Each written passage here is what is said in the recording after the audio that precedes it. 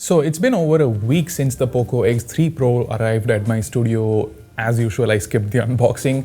Thought of doing something else, which will be out in the next few days. But in the meantime, I've been hearing really good things about this phone. Not surprised. Snapdragon 860 under 20,000 rupees. That's a big deal. And that got me excited. You guys probably know that I'm not a hardcore gamer. Only when I get my hands on some awesome phone like the ROG phone, I get excited and play a lot of PUBG and Call of Duty. And that was again the case with the Poco X3 Pro. I started with Call of Duty, which is my favorite FPS game. It went fine, there were no issues. The gameplay was really smooth and enjoyable. Great, but do note that Call of Duty Mobile is generally not as demanding as some other games like Genshin Impact and PUBG. Even phones like the Redmi Note 10 Pro, with Snapdragon 732G chip can handle this pretty well. So then I started playing PUBG. Full disclosure, I definitely don't belong to a high tier. So first, let me tell you what and all we did. We installed this 90 FPS mod, but for some reason it did not work. I got only 60 FPS, which is basically extreme setting. So I played a couple of team death matches in Smooth Plus Extreme for about 15 minutes and then played Battle Royale at Ultra HD Plus Extreme for some time and then switched to another map, again played at Ultra HD Plus Extreme. Now, do note that the Poco X3 Pro by default supports only up to Ultra HD Plus Ultra, which means Ultra HD at 40 FPS, not 60 FPS. So let's say we actually pushed it a lot. Now, on to the gameplay. Team Deathmatch at Smooth Plus Extreme. Not very demanding, don't bother about the scores. I should have at least brought those triggers to my office. I left them at home because mostly I play Call of Duty at home. Anyway, the performance itself was rock solid throughout. I got constant 60 FPS. Of course, a few frame drops here and there, that's natural, but didn't really spoil the gameplay. Okay, spoil is actually a harsh word. It didn't even drop below 55 or 56 FPS as far as I noticed. So the gameplay was perfect. Unless you saw the FPS meter, you wouldn't even know about any frame drop at all. So anyway, after another deathmatch, I checked the temperature. The maximum was around 39 degrees Celsius.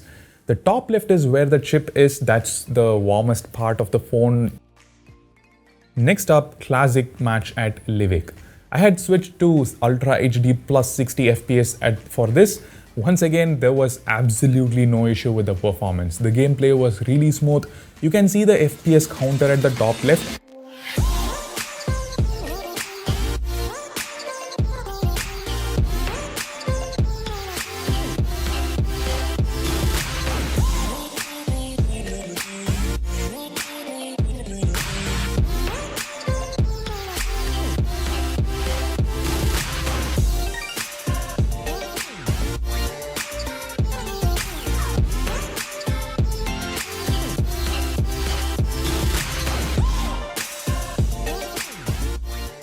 My left palm started feeling warmer and warmer, which means the phone was getting warmer and warmer, but there was no throttling yet.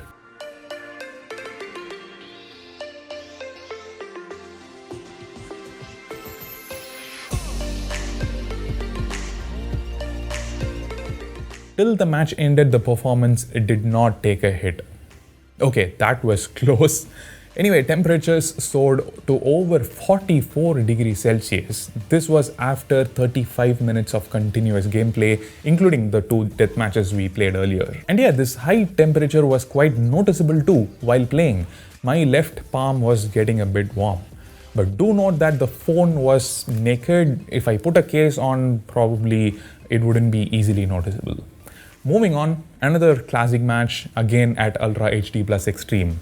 Actually, before this, it was set to 90 FPS, but like I said earlier, it doesn't work. 90 FPS is basically the same as Extreme in our scenario.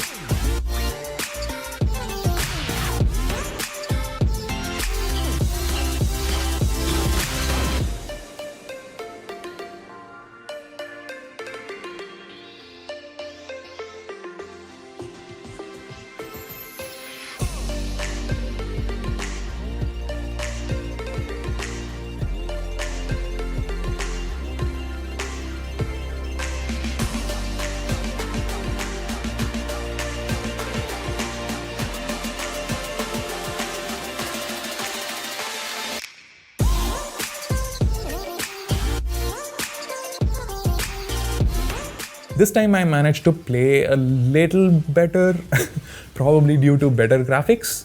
Nah, just kidding. Probably luck. Anyway, the video is not about my performance, but about the phone's performance. And the phone has no issues with the game. Almost a rock solid 60 FPS once again. I could actually feel the phone getting quite hot. At this point, I expected some throttling to happen, but there was nothing wrong with the gameplay. No lag, no stutters. It was still quite smooth.